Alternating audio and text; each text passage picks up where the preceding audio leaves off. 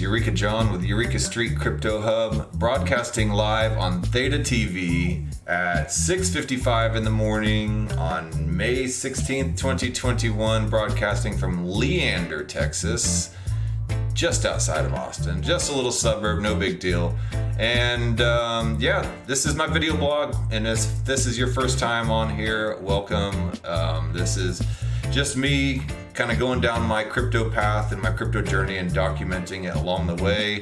I'm not being paid or I'm not shilling any products, and I may say some things that are completely way and outfield, and if I'm wrong, correct me. If I'm right, then I hope it helps. And today is actually a special day. I have my first guest ever, and I'm kind of learning as I go along here as well, just like always, you know the deal. And today we're going to talk about digital ID, and it's definitely a point of controversy, a lot of mixed opinions and mixed ideas about the efficacy and the need for digital IDs, and then how it can benefit society and possibly how it can be abused. So lots of things to talk about, and there are lots of protocols popping up of people trying to solve this problem. So it is definitely a playground to be considered here. Let's go first just real quickly into CoinGecko and take a look at the market. Let's see, let me refresh this page here, and everything is kind of, Bitcoin's at 49,000. Like I've said before, it's a weird day when it seems like Bitcoin is down at 49,000, but it is, and it all has to do with Elon Musk and all his funny little tweets and everything that he puts out. And really the market shouldn't be dictated by some kind of billionaire playboy, but that's just an opinion. And I'm going to keep on keeping on with my investments. My top four are Bitcoin, Ethereum, Chainlink, and Theta. And I'm going to keep sticking with those and a few of my other altcoin projects that I believe in, because I'm a fundamentals guy. I believe in fundamentals rather than price action and the heat of the moment TA. So I find a good project that I think will help contribute to society and help change the world for the better, and that's where I want to invest my money. And I believe that is the difference between investing and trading, and or speculating as well, and gambling. So there's four things: investing, trading, speculating, and gambling, and they all four are neither bad nor good. But I like to consider myself an investor in fundamentals and in the tech. Which brings us to the digital ID here. Let's go over here. I will open up this tab here, and here's Devin. This is going to remain pseudo-anonymous, partially anonymous, but he has experience in the finance sector, traditional finance sector, with digital asset management and marketing. So today we're going to talk about digital ID, which is a focus of his interest outside of his normal job here. So how you doing? Anything that you want to add about your background? Yeah, sure. Thanks for having me. I currently work in the centralized finance space. I'm a digital commerce, digital marketing leader in that space. I've been doing that for 2 decades. Lots of fun doing that, but similar to you, my passion projects are all right now in the crypto space. So very much on a learning journey.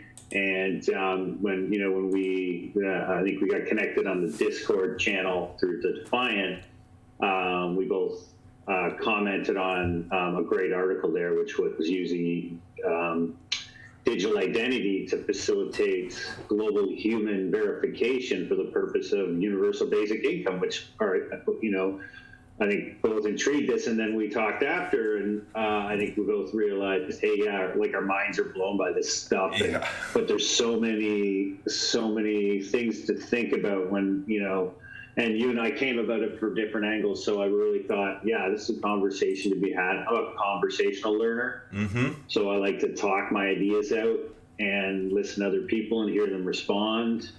just figure things out that way. So that seems to be conducive with how you run your show. So yeah, let's talk. Yeah. The conversational learner, that's kind of becoming a rare breed nowadays. So a lot of people want to, if their conversations are more turned into argumentative debates. But I love I love the conversation we had the other day as well, and the different approaches you're taking about it. So you saw my approach as kind of correct me if I'm wrong, but kind of being a little wary of having our digital IDs and the potential to possibly be abused or create a barrier for entry. This article was dealing with crypto lending platforms like Aave and stuff like that, kind of being more of a pawn shop that don't have any type of ID needed whatsoever. But in order to have some kind of 0% collateral, you have to have some kind of proof of reputation, right? So how do you to find the middle ground there? Right. I mean, I think that's going to be the big challenge in the space, right? So if you think about extending credit, for the purposes, like in the context of reputation, you're thinking about somebody's ability to repay it, and in the digital crypto space, the only way to do that is, what's in your wallet, right? So we're talking about a bridge from the between the physical and digital world, and so the name of the project is escaping me. The one we were talking about with that has a universal basic income element. Proof of they're just humanity. going after the proof that you're. Let me see here. Proof of humanity. Yeah. Anyway, go ahead. Sorry.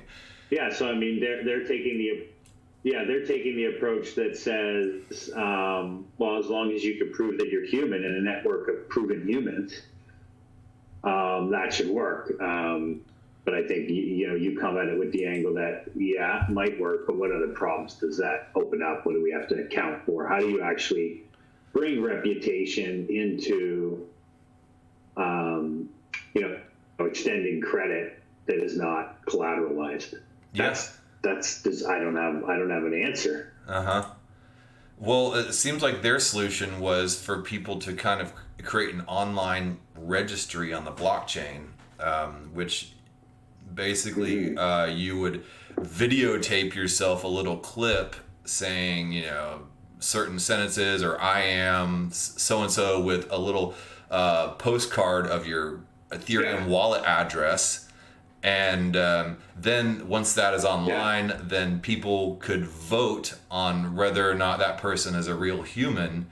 And there is I believe a deposit of 0.15 Ethereum, which is kind of a lot for a lot of people, and it's all right. And you get that back if you're approved and everybody agrees that you're a human. But if you don't, then it kind of goes and gets spread out into this UBI thing. I'm just wondering where that video goes, and for people to vote on, and what happens to it after you're approved. Well, I mean, that's what I think we said we were going to just go sign up. Yeah. Just sign up and, give my video information, for people to vote on. Just do it. Like, you should just do it online right now. How about you? You know what? We should probably look at it offline before we jump in. I know. Yeah, I'm tempted to take my wallet there and go, okay, what is this? Because you and I picked up an understanding that if it works, somehow you have a right to the basic income. Which is just mind blowing. I think probably deepening our understanding of their economic model would be another to do on it. Yeah, exactly. Because they're really taking is it the value prop they have? Is it, look, we're providing a digital identity service for the global economy to be identified. You pay for that. the service then becomes an economic model for universal basic income. Is that the summarization of what they're doing? Yeah, and I also believe that it creates well, here they're showing different things that it can be used for. A human DAO, quadratic funding. I don't really know what that is. Certifications, social key recovery, self-sovereign identities, credit scoring, airdrops, and anti-spam tools. I mean, I can see the use of having some kind of, Huge. yeah, some kind of online registry to where you don't have to, like you said before, remember your passwords, and you don't have to do KYC for whatever exchange you want to go use because it's already been done one time, And for here, exactly. yeah. And for here, it says proof of humanity, a system combining webs of trust with reverse Turing tests and dispute resolution to create a Sybil-proof list of humans. Are you familiar with what a Sybil attack is? Yeah. Yeah. Well, a Sybil attack. Yeah. No, I mean, like they're Yeah. Do you want to explain it? Yeah. Yeah, for people that don't know, a Sybil attack is whenever somebody creates multiple identities using one identity, and then they try to overrun a network with just a mass amount of IDs. And I believe the guy that has done this proof of humanity project here, he was part of Partido de la Red in Argentina, which means the network party or the party of the net, and they're trying to democratize voting. And when he was trying to set all this up, basically the voting systems got Sybil attacked twice by the Communist Party of them trying to overrun the voting system with obviously their agenda. So, this is kind of his solution to that. So, yeah.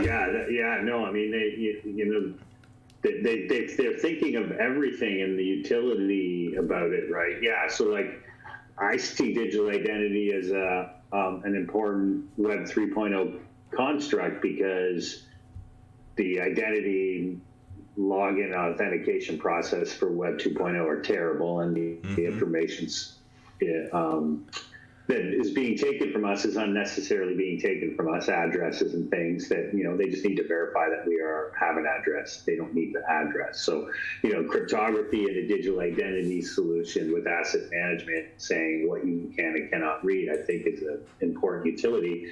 And everyone is afraid to jump into crypto wallets because most folks are just, well, really, I have to, if I lose this key, whatever this key is, I don't have my money, I can't get it. Yeah, that's right. So the social reclaiming of your identity, like the idea that you have 3 trusted friends, that if you really lost your key or your seed phrase, that they could initiate a recovery with you. Okay.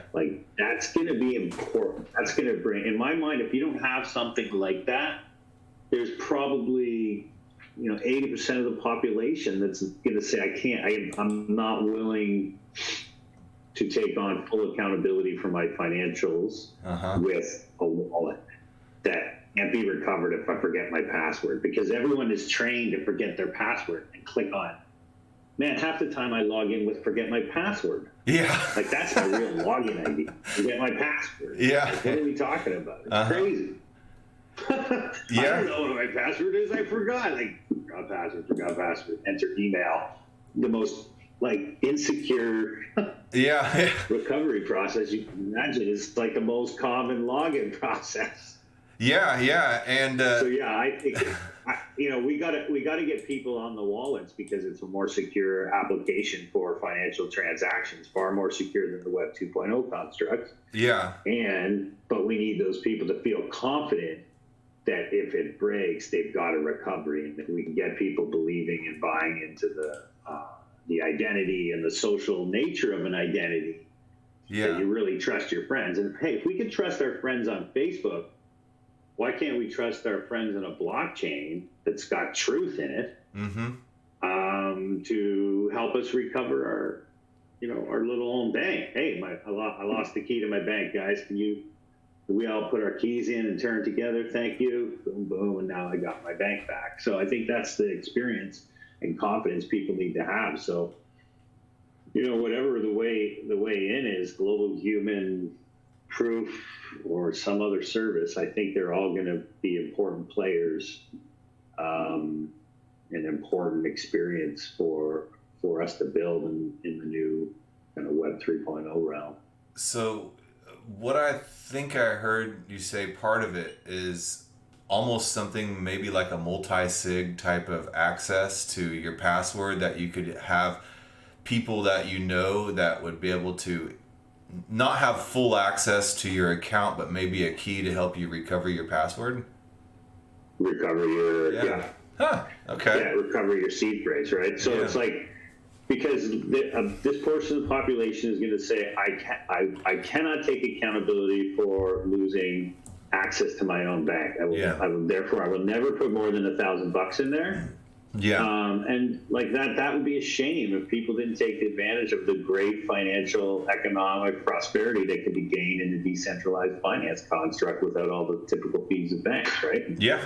Like getting the 10 and 12 APY, like come on.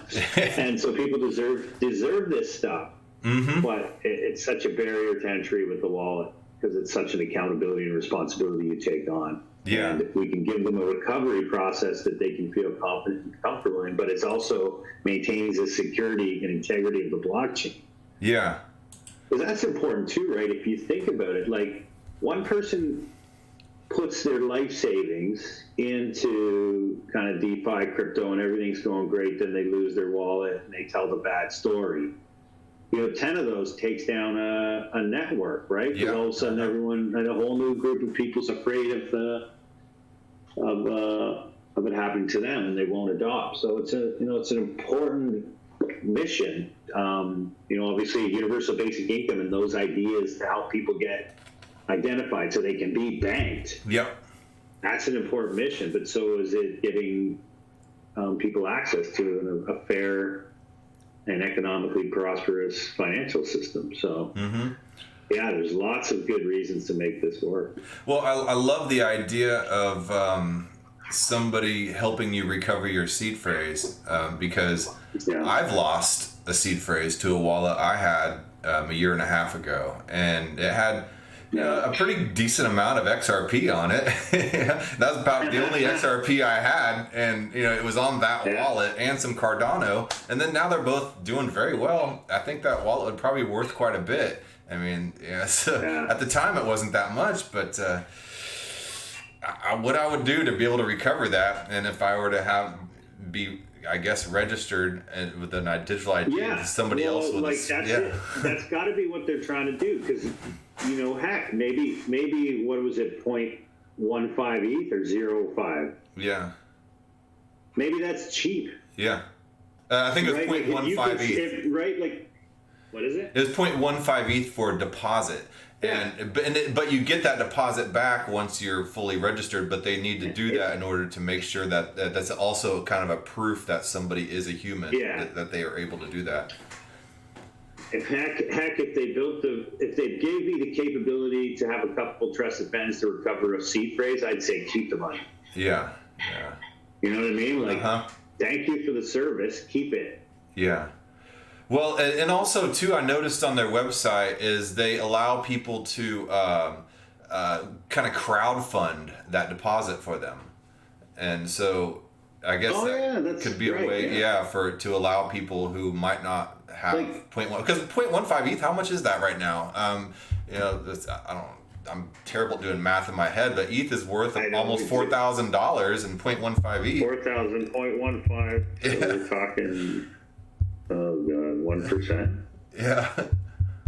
So $600. So roughly between $5 and $600. So So for sure. So, and could you imagine a world where people are like helping people get identified online, like where it's like people care so much about getting the people in need on this that they're crowdfunding them? Yeah. Like, that's Nobel Prize winning stuff. Like this guy in that story, and your listeners should really check out the podcast from the Defiant. Yeah. If they haven't already, because I know you shared it, I think, in the one. Santiago Siri is like that guy is Nobel Prize winning material. Like the innovation he did with the party, trying to say, hey, like he's just experimenting in different ways of doing global human stuff. Like it's just like anyway, brilliant stuff. So yeah, that could be a whole service of social recovery that might cause, certainly people like me that want to help people. It sounds like want to help people that aren't on get on. Yeah. But this barrier to entry is it's a real one. So. Well, yeah, it's a new technology, and people are scared of new technology. And I just heard one of my wife's friends, they were having dinner the other day, and she was telling them, "Oh, my husband's really into," because they were talking about geeky stuff that their husbands are into. She said, "My husband's really into crypto." She goes, "Oh, I heard that was a scam." So that's just immediately where they go to. And then one of her other friends is like, "Oh no, that's the future." Yeah, I know. It's right. It's like, no, you should really look into it. Yeah. Because there's a train coming, and it's gonna hit. It's already coming fast. It'll either hit you on the way by, or yeah, and I want to help people get positioned, because the money is going to be inflated away, and a lot of people are going to be locked out, and especially if stuff starts going on these type of voting platforms and financial platforms, creating digital IDs, and then people barely know how to set up a wallet. There's a whole lot of education to be had and to be done here for people, and especially people who still think it's some kind of Ponzi and scam, And that's the worst. Yeah. Hey, but I mean, most that's when you kind of know you're approaching the top. I mean, and also I think I'm still new to the space, so I'm like of the 6 months new. But what I'm hearing is that the last cycle of 2017, I guess, had similar things about this point in the cycle. Yeah. Right? That about this point in the cycle, I hear we're, halfway up this bull curve, which is fun. But that about this time, the type of fear, uncertainty, and doubt is what the type of fear, uncertainty, and doubt we're seeing. Yep. Less Elon Musk playing puppeteer of the world. Yeah. Whatever it is. I don't know what his thing is, but he's getting some kicks out of this. Yeah. But, less that. But I'm sure there's probably similar major factors in the last big bull cycle, right? And that's what's fascinating to me about it, is that it's programmatic, and you can kind of anticipate some of the outcomes, not all of them. Yeah. But some of it is programmatically designed. I think I've heard you say that on the show before, that it's that transparency allows everyone to see what this thing is designed to do. Yeah. Right. So it's like I call it like knowledge by design. Like if you understand its design, you have knowledge, and then otherwise you probably shouldn't speak about it, because you would be commenting on its design. And if you don't understand what it's designed for, well, probably you should just not comment. Well, I think in 2017 with that whole ICO boom, it was a big retail boom, and a lot of retail money coming in, and this time it's institutional money, and I think that's a huge difference. And also with the Ethereum virtual machine and DeFi that happened and got kind of brought into the highlight last summer. Now DeFi has it's really, to me, kind of exacerbated the need for a digital ID in some way, shape, or form. And as you're saying, a password manager, but well beyond a password manager. For instance, there's this project called Bridge Protocol that I briefly a long time ago talked about, and I think it's a dead project now, but there's this extension that you can install in your browser, and I've used it and it works pretty well. And it's just that extension sits in your browser, and anytime you want to do KYC on a new exchange platform, all you got to do is click on that browser extension, and it enters in all the already verified ID information into there, so you don't have to do it, and you're automatically KYC'd on something. So it depends on what kind of approach you want to take. So I don't. Yeah, I don't know what would be too intrusive or too invasive, and then what is to stop somebody once you attach your ID to an Ethereum address to platforms saying you have to use that Ethereum address, in order to obtain a loan, and then it creates a whole new credit system, and then you're just back at square one, what you were trying to get away from in the first place. I think it's got to be. When I think of digital identity, and that's why I think about asset management as part of it. What do you mean by that? And then you've got to wrap it. You've got to wrap it in control. So it's cryptographic in that anyone can verify the information in it, but never has to see the information in it. Okay. And that's that will be designed. That should be designed into it. So if I come up against an entity doing some sort of KYC. And they need to know it's a regulator bot, and they need to know I'm a Canadian domiciled individual in order to trade on this exchange in Canada. Well, you don't need to know my address because this exchange I'm talking to is not mailing me anything. Yes. But you still need to know. So the cryptographic machine can go verify, it's a verified Canadian address and it's proven to be owned. Thank you for the information. So like this, you're carrying your assets with you, but you have controls. Yep.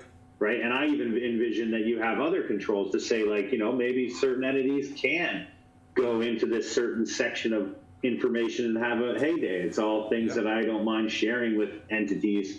Go take what you need. But some sort of management and control system to go with it. And to your point, the original point, which is have to have an anonymity capability. Or anonymity built in as first principle. The first thing you face is an anonymous user. And then based on the necessary interactions we're going to have, will determine how much information gets disclosed. But in doing so, it's like very in the interface of the individual. So I'm as the individual interacting with the entity. It's what I call user-centered versus entity-centered. Like today's login is entity-centered. It's about them making sure who you are. No, man, it should be about me making sure you're safe. We're protecting the user, not the user, the entity, the user from the entity. No, we're protecting the user. It's completely backwards in Web 2.0. So I'm with you. It shouldn't be contained to one single wallet. It doesn't start with a financial address. It starts with proof of human. And whatever I want to build into my proof of human, it's my profile. I should feel confident to add everything to it, knowing nothing can access it unless I say they can, and strong permissioning. So, there's so much that has to come with the capability for it to be functional. My hopes is that where we're seeing these pockets of innovation, two things happen, right? You do the right thing and you help them connect dots. You have a voice like you have in a show where you're trying to, champion a message about how to do it right, get these guys on track, or heck, you come up with your own idea and go, hey, everyone's doing a digital identity wrong. Let's start a DAO and do it right. Why not? I like Here's all we've assessed and analyzed all the features and functions needed. Here's what it is. Start a DAO. Resources come over. That would be my dream, to see a DAO that does it right. Maybe the Bankless DAO. I don't know. Or you just help maybe. Or you go all in with the proof of human project and say, okay, this is the one we're going to back. We think this is the pony here. It's got the legs. It's going to run the globe. Let's get behind it and champion and promote it. There's two ways to look at it, but but to back them, we've talked about so many requirements, if they can't meet them or demonstrate a roadmap that goes to meet those needs, well, that's not the horse we would want to back.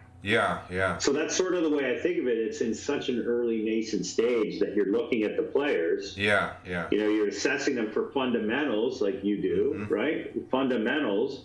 We're building a comprehensive framework through our discussions about what digital identity should contain.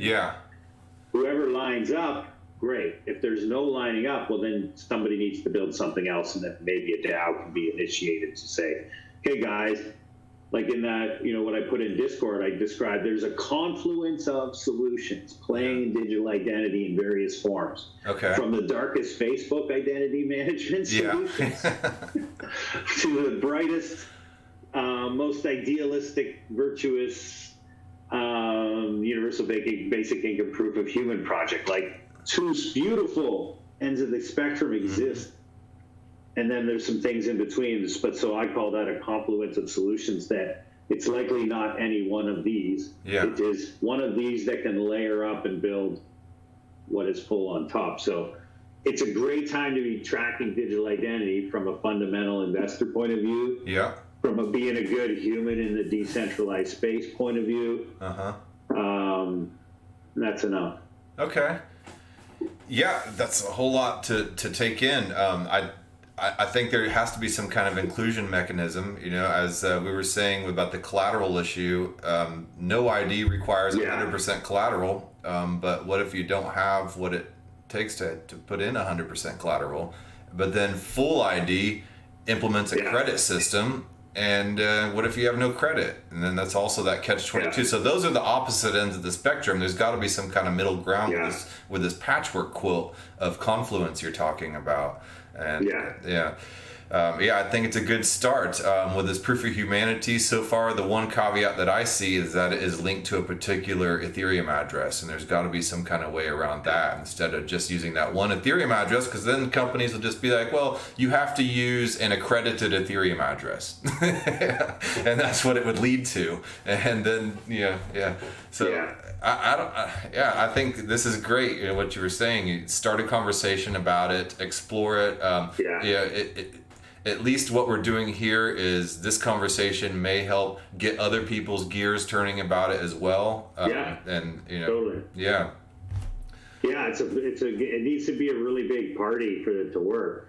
So you mentioned something I think that's really important, and that is if you think about it from the getting credit point of view, with or without collateral, focusing on without collateral. Yeah. Like, how would you design it from the user's point of view? The individual, I'm coming in, I want to prove my worth as a human because I need money. Yeah. Like that, designing from that point of view out is how you get to a framework for what it could be. Yeah. Because I don't think you start with any existing constructs around lending. You go, okay, there's a human with a need.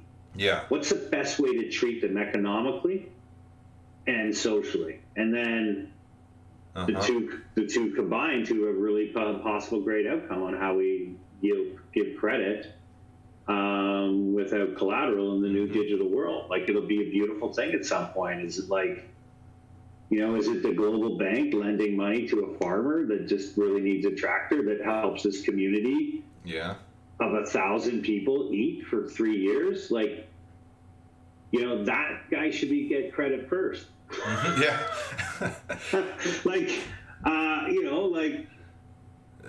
Give credit to the fishers of men. Or socialism or anything. I'm just talking about, hey, great, economic outcome, because, why not have a bank that acts like that, right? And there'll be plenty of crypto banks that do all kinds of other money-making stuff. Yeah. But, there's place in the world for a successful bank that, says, hey, farmer, or, doctor volunteered his entire life, American doctor volunteers his entire life, is in some third world place and has the opportunity to cure disease in that place, but needs a loan for the town to build a hospital there. But he doesn't have credit. Give that guy credit. Yeah. Like, it's a community, hey, imagine the community of 10,000 people all have proof of identity, come forth with their identities and stake the loan. What's the stake? 10,000 people. Yeah. I might stake 10,000 people working together. I'd lend that group money. Heck, they're working for clean water. I'm pretty sure they're going to be successful. Yeah.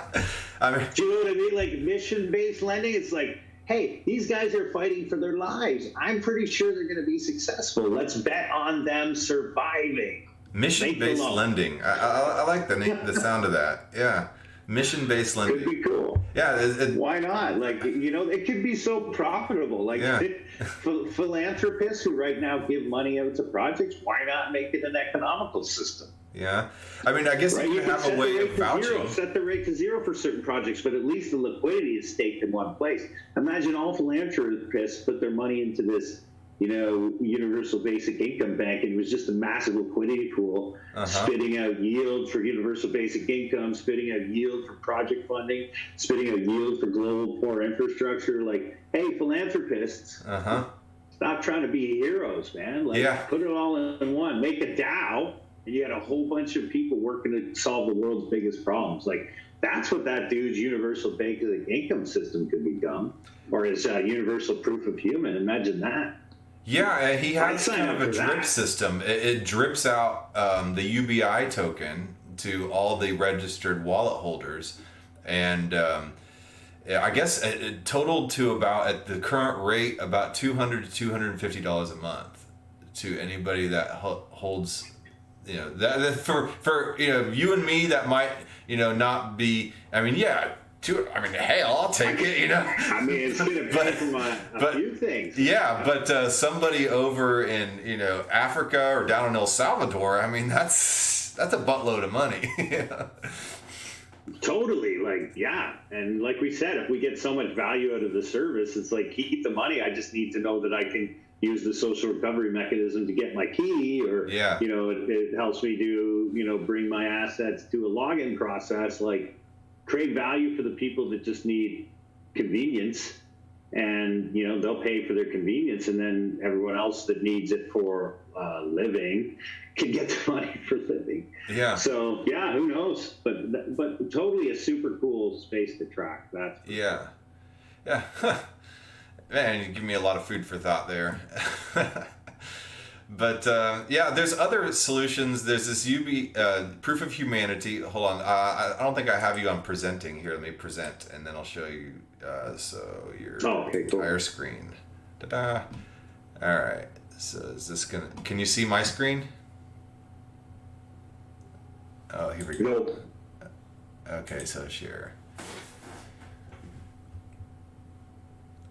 All right. Here we go. Yeah. Okay, so we have right here this proof of humanity, and I've been kind of figuring this out as I go along. First, you were the only one on the pane, and then now had me and you on the pane, and then now I have this on here. So okay, cool. Wow. Okay, so this is the UBI, and apparently they're using this Claros for their arbitrage system. So when anybody not arbitrage, arbitration system, right? Is that the right word for it? For whenever somebody wants to dispute somebody's ID. So Claros.io. Yeah. We'll go here.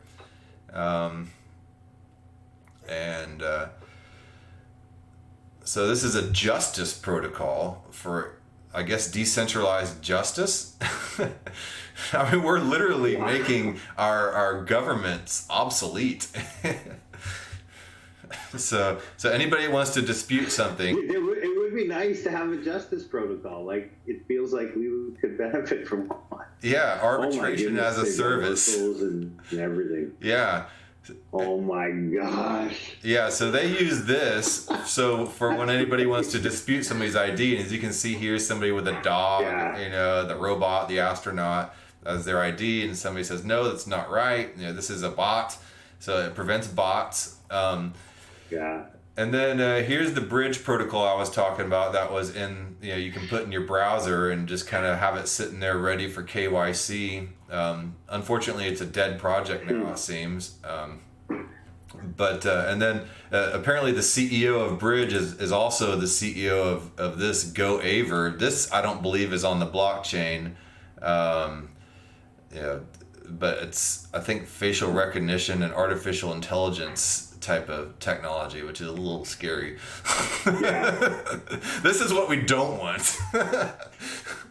But this is what gets in. It's the convenience, right? Like, facial recognition is going to be like, oh, thank goodness there's something, because they're it's the culture is the selfie, so it's so easy to get people to, because they understand the construct of a selfie, Okay, take a selfie. Great. Yeah. That proves you're a human. But you're at one experience I had was it was to get you had to be a certain age for this particular product, and so you had to get a selfie with your ID in it. Yes. Yeah. You know, so like those are pretty interesting ways in. But like you said, it's yeah, I'm a little worried about putting that stuff on the net. Yeah. Yeah, but the only thing about this is whenever you do that video to prove who you are, where does that video go? And I haven't been able to find a clear answer on that. Where is it stored at for when people are voting on this? And what do they do with it afterwards? You know, is it still just floating around in some database somewhere? And what if somebody, you know, gets access to that database and, you know, gets everybody's, you know, Ethereum addresses with, you know, okay, so here I guess is where you vote on people's ID and you help confirm them. So, yeah. Wow. Yeah. But what happens to this stuff afterwards, you know, when they're going through the vouching phase and the registration phase and stuff like that? I don't know. And then, yeah. That's interesting, yeah. So, man, I say I'm going to definitely check it out, and then I'm going to think hard about if I want to sign up. And if you want to, you do too, and if you do too, and we both come to the conclusion, let's try it. Yeah. I'm happy to do it on your show. Okay, I mean, yeah, I don't really have anything to lose, I guess, but yeah, let me think about that for a little bit. Yeah, no, I mean, yeah, that's what I'm saying. Let's take a week or so. I'm going to look at it and decide. And yeah, if we decide, or one of us decides, it'd be fun to show. Okay. Yeah, and then there's this brightid.org as well as another one of these that I need to look at. And I'm in their Discord. Oh, are you? So what do you think about it? Yeah. I have trouble following it. I think it's the same thing. Yeah. It's really the way to explain it is difficult, but I think it's the same thing as like you're getting a identity that's been verified by the humans, and they call them what do they call them? ID parties or something like that. So you can hop into any scheduled parties and you join this party and then you verify each other. Wow. Connection parties is what they call it. Yeah. Is that it? Yeah, I'm on their website here taking a look. So meet.brightid.org and you can join their connection party. Hey man, you go in the connection party. See and schedule it. Yeah. That's pretty crazy. All right, and then so that was one of those. I got as far as similar to the Proof of Humanity. I got as far as if I'm really going to understand this, I probably have to try it. Yeah. And that's where I stopped with Bright ID. I'm gonna have to try it if I want to really understand it. Yeah. But I'm not like you. I'm true. Just what are these guys doing? Yeah. When I haven't met someone that hasn't tried something, I'm hesitant. Yeah. I like to watch somebody try it first. Yeah, I agree with you. You know, I mean, I tend to ape into stuff sometimes, and I get burned as a result. Yeah. Yeah. Probably should be a little more careful. But hey, me too. Yeah. I've done that plenty too. Yeah. And then there's what do you call it? Ape-in? Ape-in, yeah.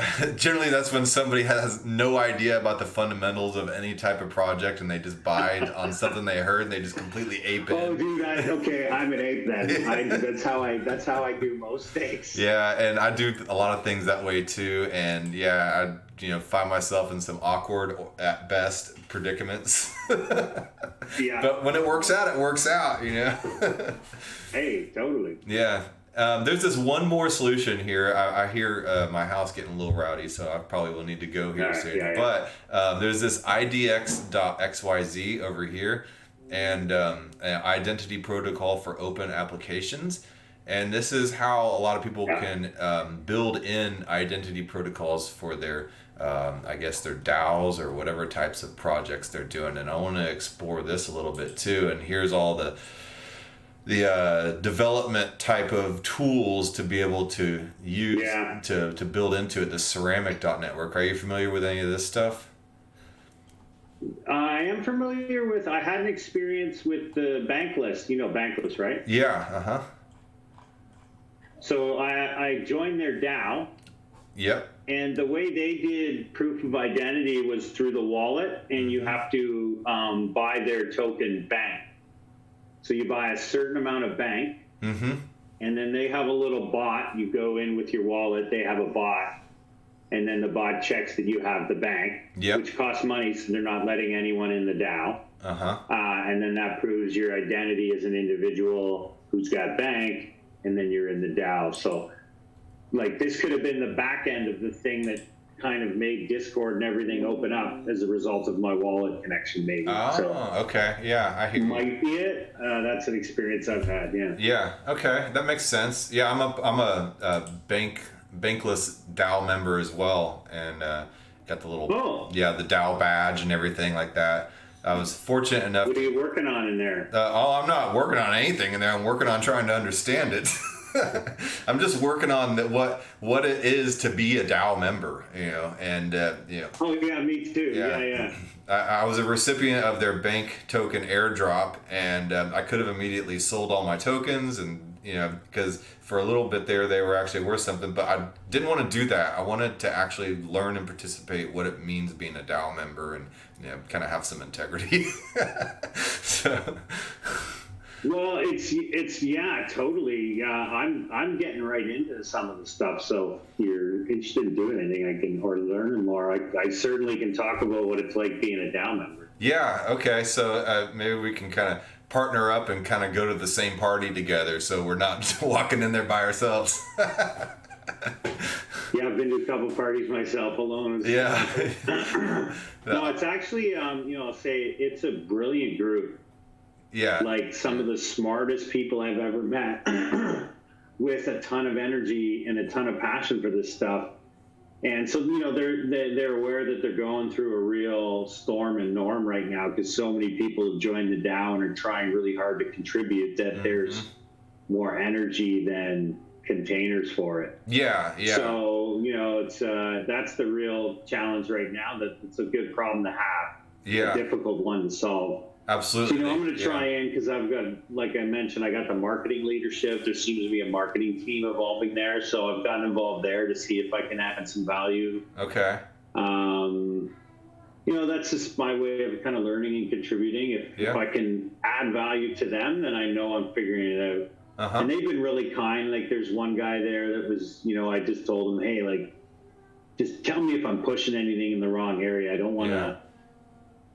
Don't want to scare anybody off. Like, I told some kid who was really excited, he was writing some stuff, and I said, hey, we should probably check that with the legal team. And he kind of like freaked out. Oh, well, I mean, I didn't know. I didn't sign up for that. Like, what do you mean? I never been to a legal person. I'm like, oh, no. Like, just never mind. And I'll take it to the channel and talk to the legal team. Yeah. And then I realized, well, that the legal team's, trying to figure out, well, are we a company, or what are we? Yeah, they're DAO. So I'm like, wow, they're facing fundamental challenges in the Web 3.0 world. Well, Wyoming, if you didn't know, just legally passed that DAOs are now legal businesses. So I think that's pretty cool. And whatever that means, it's a first step. So. Yeah, I think it means it'll scare the people in DAOs right now. They'll be like, wait, what does that mean? Yeah. But then eventually they'll realize, keep out of jail. Yeah. That's good. Yeah. Like, I mean, as much as people like to think decentralization relieves complete control of the nation state, it doesn't. No. You have laws and regulations to comply with. Yeah. You're going to make money. Yeah. Like, death and taxes, man. So, like, don't hide from the tax man. And at least, if you pay taxes, and if there's no clear law on it, I say, I don't know, what's the most you ever have to pay on profit from an investment in your jurisdiction? Yeah. Capital gains. Then pay your capital gains, man. Like, figure it out. But don't not pay something. Yeah. Good reminder, I got to do my taxes this weekend, so. Oh, shit. Thanks. but I'm already, our deadline's passed. But I think I'm going to kind of be a wallflower for a while on the Bankless DAO, but like this Defiant Discord where we met, And Yeah. ways that I can contribute are maybe finding you and people like you to come on this show so we can have kind of side chain conversations about it, and then maybe able to go back and, you know, send this link and post it in their Discords for anybody that might want to listen to it. And, you know, that way it could be kind of our way to contribute to the conversation without sitting there necessarily contributing directly into the Discord or something. I don't know. Yeah. But yeah, you know, or maybe refer somebody to the show that you think has maybe something to contribute that could be a good conversation. Yeah. So that, I guess that could be my way of contributing to Bankless and Defiant and stuff like that, is by, you know, finding people in there that would be willing to talk about some certain topics. So, yeah. Yeah, for sure. Yeah. Yeah, well, the Bankless DAO has a thing called a media node, which is, they're building it out. Idea being that partners like you, especially ones that have staked the DAO, or they don't call it staking the DAO, but have bank in their wallet for the DAO, that there, as a media node, there'd be some beneficial virtuous relationship where if you're kind of engaging customers, potential Bankless subscribers, if you're sort of bringing them subscribers, I think they're talking about a shared revenue model with media nodes. I don't know. So, you know, they're trying to build more literal, directly connected relationships with anyone in the market that's got a similar message, but maybe likes the Bankless message. I think that's what they're trying to do.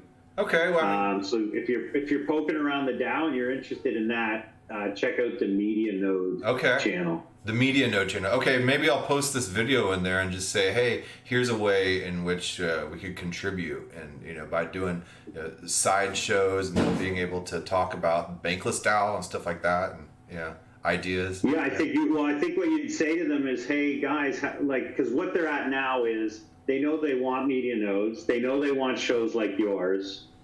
What they need to figure out is, well, how do we set it up so that these shows can make the connection? Because what they want to do is be able to provide content to you as a media node. So the value they provide is content that would help make you a better producer. Yeah. And virtuously, our content is branded Bankless. It helps you bring people back. So, yeah, I think what they need help with is figuring out, how do we do it? Yeah. Yeah, they're trying to triage talent, basically.